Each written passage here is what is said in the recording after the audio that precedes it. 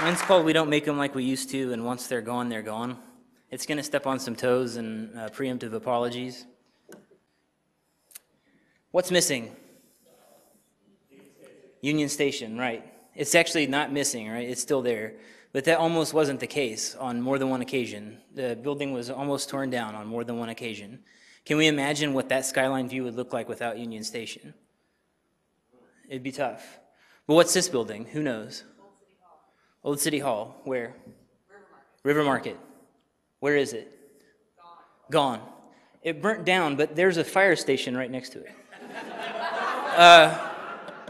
So what's this? Union Depot, that's right. What's this? Yeah, what's this? What are these buildings? These are all buildings that were torn down in Kansas City in the last century. These are buildings that would be internationally recognized if they still existed today. And this presentation is not about nostalgia. This isn't memory lane. This is business 101. If you want your city to be the best in the world, you have to have supply, you have to have demand. You have to have buildings for people to inhabit, and you have to be cool enough that people want to inhabit you. And people don't want to inhabit parking lots. This building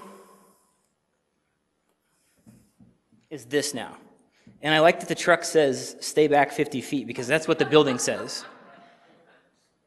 That's a parking garage that replaced that building. This is something that Denver would have turned into lofts, into a $30 million, 200-unit loft project. This is what it looks like now. Yeah, there's stuff going on in there, but it's despotic, like James Kunstler said. This remarkable jewel from Burnham and Root that once stood at the north end of what's now the Central Business District is now and still a parking lot. That building would be internationally recognized as architectural masterpiece if it were still standing. Here's another building that Chicago or Milwaukee would say, you know what, we're going to protect this with everything we've got because that's what people are going to inhabit. Here's what it looks like now. We have to start remembering what James Kunstler says. Is that New York? No, that's Kansas City, circa 1930s. What do you see? I'll tell you what you don't see. You don't see a single parking lot. There's what it looks like from the opposite end today. That's called the parking crater. It's not worth caring about. Here's an example. Those were all torn down a long time ago. The Fire Alarm Exchange building was torn down for parking, which it was bought from the city by the hospital. And in 2013, it's still not used as a parking lot, and it was in the context of 5 city blocks worth of parking that they already owned. So this is also not a talk about what we call historic preservation. This is about adaptive reuse. This is about reimagining a building and taking advantage of its embodied energy, the resources that it took to make the building and the craftsmanship that went into it that does not exist right now in our current building. This is unacceptable. This is the Holy Name Church, 23rd and Benton, incredibly important site for the civil rights. This is 2012 being torn down versus here's Tech Wildcatters, a tech accelerator, a business accelerator in Dallas and a repurposed church. This is the TWA headquarters. It was slated for demolition. Brad Nicholson bought it on the courthouse lawn for pennies on the dollar. They said he was crazy, but you might recognize it as a cornerstone of the crossroads with hundreds of jobs and an absolute historic jewel. I had the fortune of dining with Tom Levitt right before he passed. He told me that the crossroads is a bramble bush, and if we protect our buildings, they'll protect us so we can create.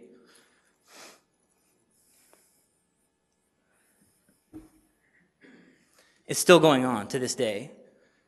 This is the Orion Pictures building. This is what it's going to be in not so long. A parking garage that's not worth caring about. It's happening right now. Facebook.com/SaveTheOrion. And let's look at how absurd it is. It's in the context of 4 surface lots, 950 public parking spaces that we paid $45 million for, a scrap of land that could hold 100 cars right next to the building, and they still want to tear that building down for parking. That's right, why you know guy, what the fuck? Come on. Unbelievable.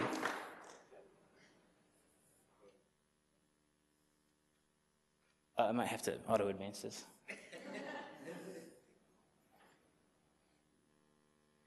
But this isn't hardwired into the DNA of the city. This is a cultural thing. This is learned behavior. We have a history of doing this, and we can stop it. We can change it with the people in this room. We can start to demand a better built environment. We can start reimagining the place worth caring about. And how? Join Historic Kansas City Foundation, learn the local ordinances, bone up on what the state and federal policies look like, engage your local government like SLY, track the demolition permits via RSS feeds, request them if they don't have them. You can use changedetection.com to set up a manual RSS feed, and then get loud online and offline when you see something happening. Thank you.